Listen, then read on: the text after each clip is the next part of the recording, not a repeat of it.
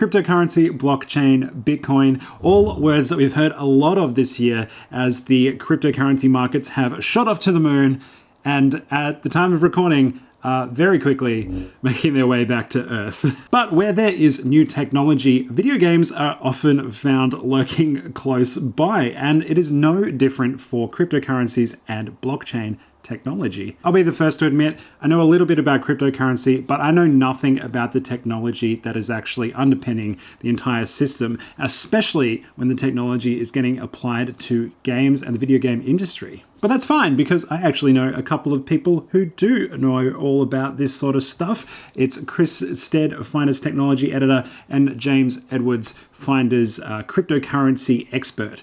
Well, one of many, actually. But yeah, we caught up. Our chat ended up going for a really long time. I've managed to cut it down to just over half an hour. But it's really, really interesting where video games and blockchain tech are going. So it's well worth a full watch. Let me know what you think in the comments. But here is everything you need to know about blockchain technology as they apply to games.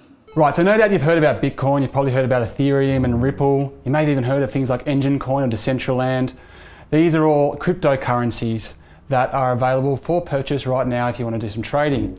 Now, what's interesting is these cryptocurrencies are very soon going to start overtaking the likes of PayPal, credit cards, notes, and all the types of things that we use to do our financial transactions. Now, you might be wondering what this has got to do with gaming. Now, the reality is that developers across the world have been working on blockchain technology and to a lesser extent cryptocurrencies for at least 5 years and possibly longer than that. We're already starting to see a lot of games come out which are based and built on blockchain technology or using cryptocurrency in some fashion. So we are going to explore this today with my good friends here, James and Toby, and learn a bit more about the way that cryptocurrency and gaming and blockchain are coming together. I think it's really exciting. So I'm going to start off by asking you guys, each of you guys, we'll start with you, James. What's the first thing you think about when you think about gaming on the blockchain? I think slow, I think underdeveloped, but at the same time, I think it's really exciting, and I think it's going to be a central part of the next generation of gaming. Right, okay. Now, I should preface this by saying that James is our cryptocurrency expert, so he's going to approach it from a position of a lot of knowledge. Toby here, on the other hand, doesn't have too much knowledge on the cryptocurrency space. So when I say to you, gaming on the blockchain, what do you think? I've not heard of much at all. Making items tangible in games, maybe. That sounds pretty cool, but that's all just imagination. I don't actually know anything. Well, a couple of years ago, I was running a show called Games on the Blockchain, and the most common feedback I got from gamers at the time was they were scared off by the idea of cryptocurrency in games. As soon as you said the word blockchain, people thought cryptocurrency. When they thought cryptocurrency, they thought microtransactions, and microtransactions is a very dirty word in the gaming space to most gamers. It usually means you're going to have to pay more money. Whereas actually blockchain technology is the exact opposite of that. So we're going to explore this. By the end of this, you're going to know a lot more, mate. Nice, good. Okay, so the first and most important thing to understand is the difference between cryptocurrency and blockchain. They're not the same things. And of course, for this, I'm going to pass over to James. Yeah, so it's actually pretty straightforward. Blockchain is the technology that powers cryptocurrency. And all the blockchain is, it's a digital ledger of transactions. But the sort of unique thing is that it's distributed, so it's between a whole bunch of computers on a network, and they basically work together to keep the system honest by all broadcasting their list of transactions at the same time. So if someone tries to cheat the system, everyone can see that that transaction was dishonest and they're kicked out. And another thing that it does is that these transactions, they move along in a linear fashion, and that's why you get the term blockchain. Each new set of transactions is in a block. They're chained together, and it again helps prevent fraud because you can always look back along the chain of transactions to actually see what the previous state was and to prevent anyone from, sending a transaction to the network saying, I've actually got $2 million in my account and I'm going to go and buy this. And in that scenario, they'd be able to purchase something illegally or, sort of with fraud, and that would ruin the whole system. So that's sort of the advantage of blockchains over existing systems, which are constantly defrauded, they're constantly hacked, and they're constantly compromised, especially in gaming. So when you hear the term decentralized and centralized, how does that apply then to the blockchain? Yeah, so a centralized system is basically a single server. So one single server is the point of failure. In a game, that may be where passwords are stored. It may be where the game database is. For instance, if you've ever logged into your account and all your items are gone, someone's cleared it out, that sort of thing. It's because there's a central point of failure there. With a decentralized system, security is generally enhanced because of the decentralized nature, and it's a lot more hard to compromise those systems, which makes it, again, a great fit for gaming. So basically, instead of being in one spot, things are in lots of different spots. Yeah, it's the same copy of everything, so it's the same database, the same ledger, but because it's spread out, you would have to actually take control of all those spread out servers in one go to hack it or to compromise it, and that's actually really, really difficult to do. So is it like your items are basically safer? From getting stolen? If you've got something on a blockchain, this is why there's so much money on the blockchain. This is why Bitcoin's worth, roughly $50,000 at the moment, is because it is just such a secure way of having a financial system. So much better than what we've got now, Yeah, and not geo-locked. It's a global. Anyone can join it. It doesn't matter if you're in a sanctioned country like Iran or North Korea or something like that. You can still access these networks. You can still participate, and you're not locked out of it either. So what are some of the big names in blockchain gaming? I'm going to throw a couple of coins at you now, and I'd like to see if you guys recognise any of these. So probably the biggest, in my opinion, is Engine coin. So Engine. Big fan, and I think they're doing really good things, especially because they've actually been in the gaming space for well over a decade now. So they're tried and true gamers, and I think that's why they've got a good idea of how to take things to the next level. Yeah, Engine's doing a really good job of being a middleware solution. So for you gamers out there, Engine is very close in concept to what Unreal Engine does in terms of being a middleware for the development of games in a traditional sense. Engine's creating middleware that allows developers to use blockchain technology. Oh, that's sick. So there's quite a lot of developers working with Engine. Especially itemization and NFTs and that whole thing. You've got Xaya, so Xaya is how it's spelled. I think that's how it's pronounced. It used to be called Chimera. So these guys are doing a really, really cool thing where they're providing individual or node based. Each gamer becomes the server. So instead of having a centralized server that runs an MMORPG, each of the gamers playing the game lend some of their computer might to basically become a global server. So what I was talking about earlier, where you've got it spread out and Yes. each player acts as a node on the network to help secure it, but also I guess that decreases the sort of computing power required. Well, it greatly reduces the computing power, for sure, it's split between multiple people, but also the ongoing costs for the developer. And a lot of what blockchain technology does for gaming is, which we'll in the course of this discussion, is it reduces the costs significantly for developers. Yep. Okay, from a level of actually the creation of the games, the hosting of the games, but also in the divvying up of funds between like the manufacturers and so forth to the game developers. Decentraland is a particularly cool one, been around for quite a while now. I know you're a fan. Yeah, I mean, it's part of the metaverse, which is, beyond just gaming. It's got things like, music, virtual clubs, artworks, anything that you can basically do in the real world is now coming into the metaverse in places like Decentraland. Very, very cool. So Decentraland's one of the prime examples. There's a few different places that are doing it, but it's effectively Ready Player One. So you basically jump into this world. So you're literally an avatar, you jump in and you walk through this world, and then you can engage with things like a movie or a music festival, or jump into a VR gaming experience within that world. Wow. And then the blockchain's used to divide up how you spend in that space. So imagine like walking into an amusement park and putting $2 in here and $2 in there. It's a similar thing. Yeah. Wow. Very, very, very cool. Have you spent much time in Decentraland? No. I'm stuck in reality with three kids. Yeah.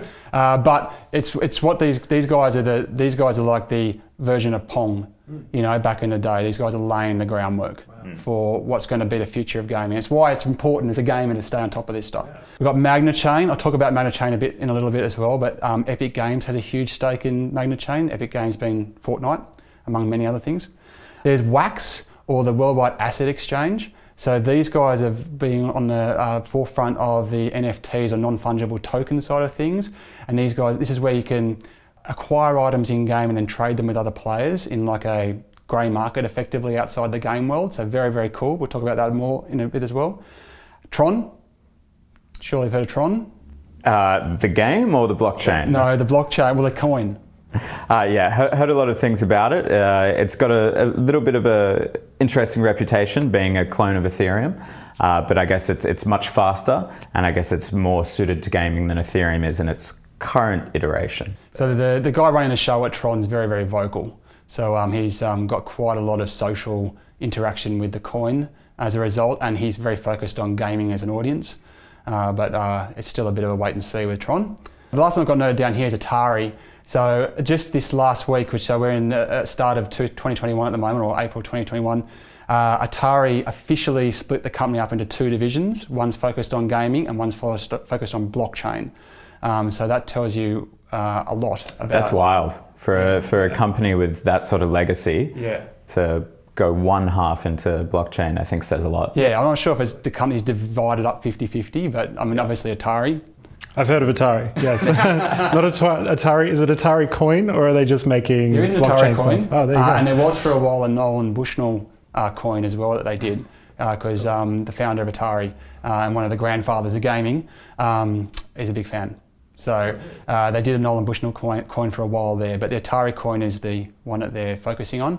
And there's plenty more, because that's just the top of the line, just to show you an idea here of the types of companies that are providing blockchain tech that's used for gaming, and it's tied into cryptocurrencies that people are trading and investing in right now. So we just spoke a little bit about some of the big brands that are happening in the cryptocurrency space which are related to blockchain games, but what about actual games that use the blockchain which you can actually play right now? The one you've probably heard of, Toby, I'll throw to you on this. Have you heard of CryptoKitties? There's actually one sitting in my office. It looks weird, and that's all I know. Yeah, all right. So CryptoKitties was one of the first popular blockchain-based games, one that kind of picked up a bit of virality and got seen and heard. And basically, it works on this thing called non-fungible tokens, and I'll get you to describe that a little bit more in a second. But CryptoKitties was a very, very basic use of the technology, and what we're seeing in the video game or the blockchain gaming space is kind of a microcosm of the whole evolution of gaming. So it started off with very, very basic, visually still kind of polished because we're in 2021, but very basic gaming, like collectibles, some slight CCG style stuff. And then that started to just grow and grow and grow. We started seeing Gods Unchained, which was a big Australian release, which did really, really well. I think they've got the record, they had the record last time I looked for the most amount of money spent on one collectible. It was like, I think it was $60,000 or $70,000 or something ridiculous. For a like single that. card. Yeah, for a single token in the game. Wow. And now we're starting to see stuff like Nine Lives Arena, which is a proper 3D hack and slash adventure game, that is built on the blockchain and using the blockchain. This is completely separate from cryptocurrency. I've got to reiterate that. These are games that use blockchain technology to work, and then may or may not be tied into cryptocurrencies as a means of buying things in game as opposed to real world money. A lot of this is based around the fact of non-fungible tokens versus fungible tokens, and I'll throw to you, James, you know a lot more about this than me. So firstly, I'll explain what a cryptocurrency is. So a cryptocurrency is hosted on a blockchain, and basically it's just a ledger. It's who owns what in what wallets and where. So when I send one Bitcoin, basically what happens is that the Bitcoin ledger records that, yep, there was a Bitcoin in my wallet, and yes, it can go to that one. It doesn't really care where that Bitcoin originated from, whether it's unique, anything like that. Whereas NFTs, non-fungible tokens, they are really about provenance. And provenance is where something began, where it came from. Is it unique? Is it one of a kind? Are there 20 of them? And what an NFT does for gaming in particular, it allows you to create items that are genuinely unique, there's only a set amount, more can't be printed. That's a very important part of an NFT, is that once you create it, it's a contract that you create. Once you create the contract that powers the NFT, you can't just go and make more. You might make more similar ones, you might make more with the same characteristics, but you can always trace the original, and that's what's important, because just like we know with artworks, everyone has a copy of a famous painting in their house and it looks identical to the one made by the painter, but what is important is the provenance, where it came from, who made it, and its history, and that's what it enables for gaming. Correct me if I'm wrong, but also a fungible token is something that is divisible? Yeah, a fungible token is divisible. It can be broken down into however many units the creator wants. Whereas, yeah, an NFT, it's just a singular. Yeah, so what that means is that if you've got one Bitcoin, you can split it into 0.001, 0.0, like you can divide it up however you want. You don't have to sell a whole Bitcoin. You can divide it up because it's fungible. But the idea of an NFT is that you can't divide it up. So if you've got, for example, a cool kick-ass sword that you've got in the game, which is a token, then you're the only person in the world with that sword. And you're the only person in the world with the history of that sword, how you've leveled it up, how you might have customized it. There isn't another one, and it can't be. You can't halve it. You can't sell half the sword. Yeah. For example, so you own this whole entire non-fungible token, and that's, I guess, the coolest thing about it all is that you own it. Well, another thing is you might be thinking like, hold on, if I'm playing a game like World of Warcraft and I've got, the one legendary item, and I know there's only 5 other people on the server and it's really hard to get and these sorts of things, what it does is it also prevents the game developers from, increasing the drop rate on that item and more people now suddenly being able to get it. And that would decrease its value if you were able to resell it. But another really cool thing it does is you can take it out of the game. Because it's on a blockchain exists just beyond whatever video game is using it. Video games use the blockchain, not the other way around. So you can then send it out of the game to your personal wallet and take it onto a third-person marketplace. So if you stop playing that game, you can still take your items and sell them later on. So you could sit on those items for 2 years, watch them appreciate. You don't have to restart your account. You don't have to get back into the game. You can sell them completely differently. And where I really like it is for games within the same sort of developer sphere. So let's say like Blizzard, for example, you could get a skin in Overwatch and you could then send that to your account on Heroes of the Storm and wear the same skin. Oh, man. And that's where I think it starts to really, really build out into this whole, we love like the Marvel Cinematic Universe. It's that sort of thing. It's this gaming universe. So I've seen companies like Blizzard try and do stuff like this before, like Diablo 3's marketplace auction house when Diablo 3 released. Why would Blizzard want to let people sell stuff on a third party when they can kind of skim a bit off the top every time someone buys something in their own auction house? Well, there you go. So now this is the big, I'm going to go into this a little bit later in the discussion, but it's a very valid point because the non-fungible token side of things facilitates a grey market.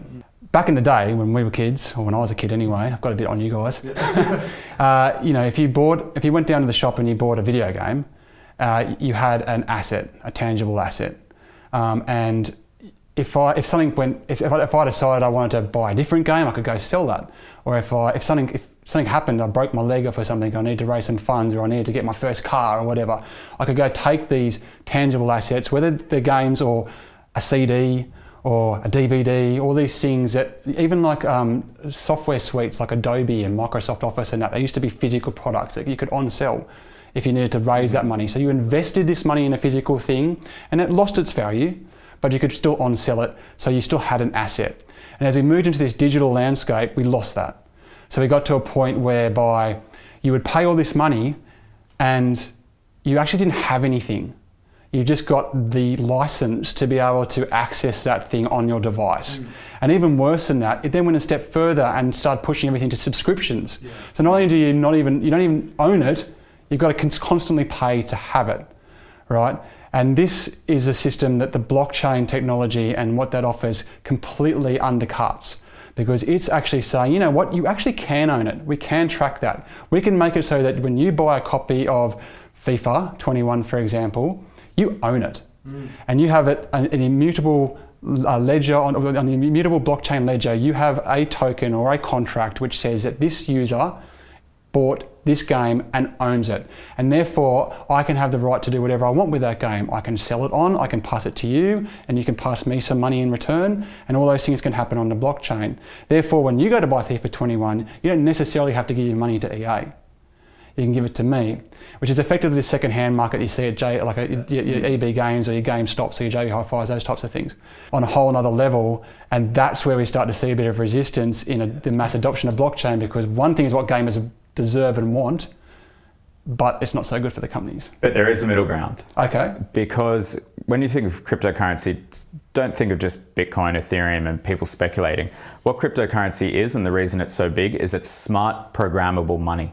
So whatever idea you have, you can program that into your money to perform certain functions. And one thing you could do is, if a game is an NFT, you can create it so that every time that NFT is sold, a portion of the revenue goes back to the developer. So EA could program it so that, if you do sell it on the secondhand market, they still get 20%. And now, I know that's not the ideal. That's not the same as, going down to your local store and buying a physical copy. They still get a cut, but it does give a reason for developers to possibly embrace the idea. And what I do think we'll see is we're going to see competition in the market. There are developers that really are pushing back against those sorts of models led by EA, Ubisoft, and they're going to be the ones, I think, that will introduce this. And the really cool thing is you can make it even more direct than that. You can have, say there's a soundtrack on the game and it's got 20 different artists. Every time it's sold or every time that game is played, royalties get kept paid out in real time to those contributors, to those developers, to those artists. Because you can stream money with cryptocurrency. Yeah. You can pay it out with every single block. Yeah. And that, I think, is going to change a lot of things. This is a massive point that you brought up. So very few people seem to be aware of this, especially in the gaming space. And Microsoft has actually adopted blockchain technology about 3 years ago, and they use their Azure cloud to kind of run it. And it's actually centralized use of the blockchain as it's within Microsoft itself as a company. And what they did was, prior to that, whenever they were divvying out the indie or the marketplace royalties on a month-by-month basis, it was done through an Excel sheet manually. Okay, so it was taking, I think it might be 30 days, I think it was actually 60 days. So if you were an indie developer, and let's just imagine you're living in your basement, you've just spent 2 years working on a game, you've just released it, and you're going, do I do some DLC? Has anyone bought this game? I need some money. You had to wait 60 days to find out. Yeah, wow. Right, and then they moved to the blockchain technology, and like you said, it's all basically happening in real time. So they can now get real time details on how their game's going, which means they can run promotions, they can change their marketing, they know what profits they're getting, so they can start investing. And yes, people are buying this game, I'm going to drop some cash on some new stuff and get some DLC happening. But this entire labor cost, can you imagine a company like Microsoft? And this is not just gaming, this is all their tech stuff as well. Can you imagine a company like Microsoft, the manpower that must have taken, the amount of money it must have spent on going through Excel sheets on a month-by-month basis, and then actively doing those things, and all the banks in between that are taking a chunk out of that. Oh, you want to transfer some money over there? Okay, well that's $10 fee, that's a $10 fee, that's a $10 fee, that's a $10 fee. Using a blockchain is not free, but it's microcents, in most cases. So this is huge to the point where soon after Microsoft did this, Ubisoft got wind of it, as you were pointing out before, and Ubisoft went, oh, we're in. So Ubisoft now licensed Microsoft's blockchain to handle its royalty payments. And you got a game like Just Dance, like you said, where there might be 60 different artists and all the different people that are involved in making a game nowadays. There might be 5 or 6 developers working on a game across across a developer. There might be a composer that's getting 5% royalty or whatever it happens to be. Every dollar is split so many ways, and that can all now handle instantly because, like you said, you can code the coin. Yeah.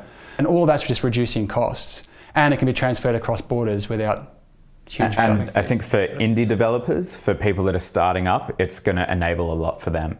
You could even program a game so that you could have a demo, and when someone plays it, it's they're charged for every minute they play or something like that. Not a huge amount because it's a demo, but that way the developer is able to get some sort of capital flow to keep working on the game.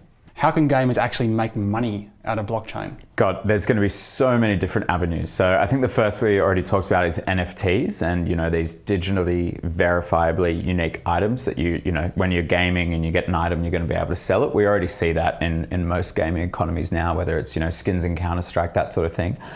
But some other avenues that we haven't really explored yet is that you've got Twitch gamers, right? And they're sort of trying to earn an income through streaming by broadcasting it.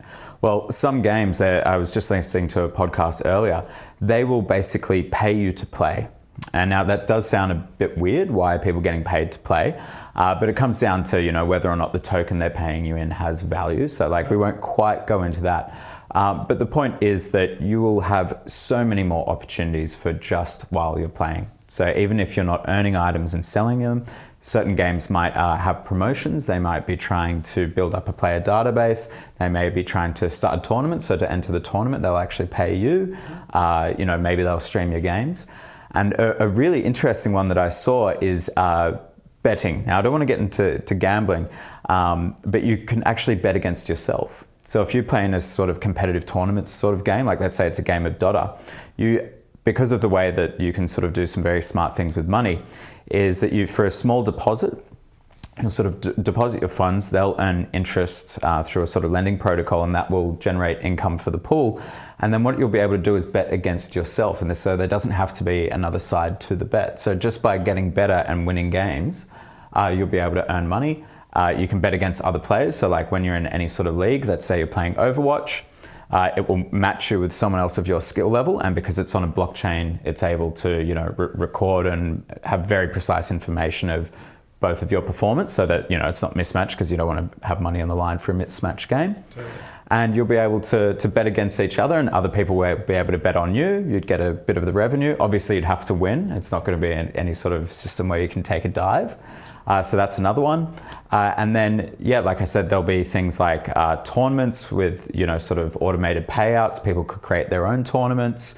It just really opens up the economy. I mean, we're very much at the start of it. I'm not exactly sure how it will look, but the opportunities are really there. They're endless. There's this whole thing called DeFi at the moment, which is just creating all these different ways for people to sort of earn money on their existing capital. What is capital? It's something you own. You, as a gamer, your time, your input, that's capital. And we're going to see ways to monetize that. So in theory, if you're a Twitch streamer, someone could pay you to play their game by the minute, like you were saying before. Yeah, by the minute. You can already actually donate in crypto to Twitch streamers. Oh, cool. So you can actually already do that. And there's a huge movement, I haven't touched on this, on the esports scene, which you've just got, of all places, Malta, over in Europe, is actually a hub for all this activity. There's a couple of big players in Malta. I think they must have a tax haven over there. It's a blockchain-friendly island, is how they describe it. It's the blockchain island. So there's a heap of companies over there doing some really great stuff with esports. And a lot of it's just also about fan interaction. So they can use the blockchain to take like Insta polls. And get a whole bunch of people to do, because on a blockchain, then you can't spam the votes. You've only got one. So what they allow people to do is to buy an allowance of votes, maybe 20 votes for the cost for a tournament, and that might not be very expensive. It might be $1 or something. And then as the tournament unfolds, they'll throw up questions like, which team do you want to play who is the MVP, things like that. And you can play your token and actually have real bets, and it can't be spam. It's not like you can hit the website and just hit refresh. You've got to actually, have this token to be able to vote. And like you said, we're not really touching on the betting side of things, but that's humongous, and that's a whole nother space that we won't get into, I guess, right now. And just one last one is, I think that was for gamers. I think developers, there's like a lot of big opportunities as well for, them sort of earning an income, like I touched on before, like sort of streaming money while people are playing their games. Developers using things like Engine Coin can also create their own economies really easily. They can create, all these sorts of like community fan bases that can then feed back into the funding of the game. And, knowing that the indie scene really struggles with some of that stuff, I think it's really exciting, and we're going to see a challenge to the hegemony of the big developers through this sort of stuff. It's the democratization of finance, basically. It's worth pointing out as well, there are games already out there where you do earn money by playing. Yep. So there's games, especially if you run as a node, which is effectively a server that's helping support the middleware or support the game, and you're therefore you heard the term mining, you're therefore lending some of your computer might to the running of this game. They will give you some crypto on the side for doing that. So even just by the act of playing, you can earn a little bit of money, and it might not end up being worth a lot, but we're in the early stages of this.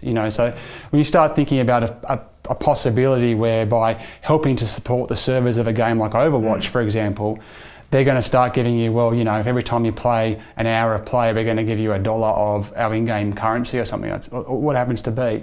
And that's a currency that you can then exchange for real-world cash. Gamers are going to finally get rewarded for their time, as opposed to just those horror stories of people spending 150 hours to earn a sword and someone pressing delete. And those horror stories could be a thing of the past. I guess this is an ethical question. Should we be getting rewarded for our time playing a game? Like how often is that something that actually needs to happen? Yeah, I do worry that this is another one of those things where, it's that hustle culture creeping in, and it's like we've got to commodify every hobby or activity that we engage in, and maybe we just want to sit and relax. I think it'll be really interesting to see, and that, I think it's worrying. You don't want kids growing up thinking that when they play games they've got to earn income as well. So it'll be really interesting to see, I think, especially how sort of governments even regulate that. Is there going to be age limits? Is this sort of thing? There's less a thing about time as in the physical time that you've spent, more so that the time you might have spent may have been in turning a +1 sword into a +50 sword. Which inherently then has some value. Yeah, totally. Less so about I want some rebates for my 50 hours that I spent doing this. Yeah. It's more so that the time hasn't been wasted in the concept of grinding for something. Yeah. It's also the cure for loot boxes. Because the whole idea of an NFT is that it's true ownership, it's true rarity. You can't say that something's it's a 4% chance of getting a drop. You can actually prove it. You can actually see in real time what the percentage chance is of you getting that card or that particular player or skin or whatever it is that's in the loot box that you're actually going for. So it unrigs the system, and at least you know what you're actually paying for. And you can sell it on if you don't like what you get. You can get part of that value back and move on to the next game. So when you spend your $5 on a loot box, you actually know the exact percentage, real chance of getting something, as opposed to an algorithm just telling you. And then them changing it a week later, or closing the servers on you, or something like that. Or not disclosing it at all. Yeah. One thing I find really challenging when I'm talking to gamers about blockchain and cryptocurrency is that when you start talking Bitcoin, you start talking contracts and codable coins and NFTs and all this type of stuff. It just goes straight over people's heads. And I really hope that you're still with us and listening, because I think the most important thing about the future of blockchain gaming is that you don't actually need to know any of this stuff. Would you agree? You don't need to know how this operates. So once upon a time, you really had to know your stuff. I first got into cryptocurrency in 2013, and basically a friend had to sit me down, teach me, pulled out laptops, everything. I had to get a really thorough walkthrough because, like I said, transactions can't be reversed. So if you do something wrong, you can lose all your money. But, it's 2021. People have been working on this stuff, like you said, in the gaming sphere for at least 5 years now. And it's really all about UX. It's all about the user experience. And basically what the blockchain and cryptocurrency stuff is doing, it's on the back end. And you don't really have to worry about it because the UX is getting so much better that it's going to be like any sort of regular game economy interaction that you have. You won't have to learn about what private keys are. You may be able to write one down just as a backup, which is a good idea. You'll be able to do all these things just as you ever did. Yeah, it's the problem we have is that the history of gaming is littered with fuck-ups in this regard, right? And I'll take you to Connect, Microsoft's Connect, right? So this was actually an amazing piece of tech. Like surgeons were using Connect because of what it provided, like the finger tracking and all this type of stuff. Yeah, it was really like on the cutting edge when it came out. I saw one in the airport the other day checking bags. Oh, still in the airport. There you go. So the problem with Connect was developers wanted to put Connect in your face. So the games were called Connect Sports, or what was the animal one, like the Zoo Connect or something like that. Everything it was Connect. It's Connect. It was different branding. Connect. And there was like, it's Connect. So if you want to reach for something, you shouldn't just press A. You should actually have to move your hand because it's Connect, right? And it was so Connect focused that everyone was just You're doing a great job of connecting. So you do have to do this. Everyone's like. Everyone seemed to be really focused on pointing out that it was all about Connect. And I always imagined to myself, what Connect could do? Connect could see your face. It could see your body language. So I just thought, imagine a horror game, for example, where it could see you and it could see that you're relaxing and it could realise that you're not scared anymore. Right, so you're sinking into your couch, you're slouching, you're not engaged, your face is a bit bland, and use that knowledge and understanding that Connect enables to throw a jump scare out of you. You see what I mean? Now imagine if you did that with the power of Connect, right? So my point is that with this blockchain technology and the cryptocurrency and the way that these in-game currencies are used, it's all in the back end, like you said. So all you really need is just a sleek UI. You don't need to know that it's blockchain technology that's controlling the ownership of your sword or your armor or your gun or your skin. You don't need to know that when you go, yes, I'm happy to pay $1 of the in-game currency on here, that it's doing some transaction to a wallet and that the private key's been entered and this contract's happened. You don't need to know any of that. You just need a sleek, beautiful UI. You brought up Blizzard before. So Blizzard is someone who could do this really well, the auction house experience and stuff like that. NBA Top Shots is a really great example of NFTs. So that's like digital collectible cards or moments. That runs on the Flow blockchain. No one knows that they're using cryptocurrency or blockchain on the back end except for when they tell you explicitly. If they didn't tell you, you would have no idea. Yeah, and it's unfortunate that a lot of the original games that we've seen come into the space say things like crypto kitties. And I think it scares people off. It scares people off. So don't be scared off, okay? Because as we've gone through in this chat, some really exciting future ahead. So we've just brought you up to speed with everything you need to know about gaming in the blockchain as of 2021. I think this next generation of gaming is in the Xbox Series X and PlayStation 5 generation of gaming, and everything that's happening in the PC space as well, and potentially even the Switch.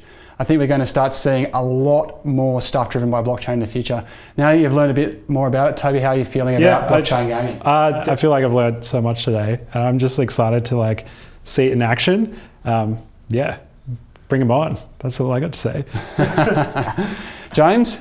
I mean, I'm so excited for, I think, how it's going to really help gaming communities and developers evolve without needing this huge financial backing to kick things off. And I think we're going to see a lot of cooler indie games powered, financed by this sort of stuff. And the other thing is, as a, big old school MMO gamer, I love the idea of being able to sell my items, man. Yeah, that's cool. That's an awesome one. Okay, so hopefully you feel a bit different about gaming on the blockchain as well now, and you keep a closer eye on the whole entire sphere. You don't have to go jumping out there and spending a wad of cash right now or anything, but you should keep your eye on it. You should keep your ear to the ground, and you should try and push back on any developers of games that you know and love, and try and get them to provide you with some true rarity, some true ownership, and better experiences that can be driven by blockchain technology. That's it. If you made it this far, well done. I hope you've learned a thing or two about blockchain technology and how it applies to games. Please do hit subscribe. Not all of our videos are this long, but they do try to be this interesting. So hit subscribe if you want more videos that'll teach you a thing or two. I don't know where I was going with that sentence. That's it. That's blockchain. That's gaming. And that's me out. I'll see you next time.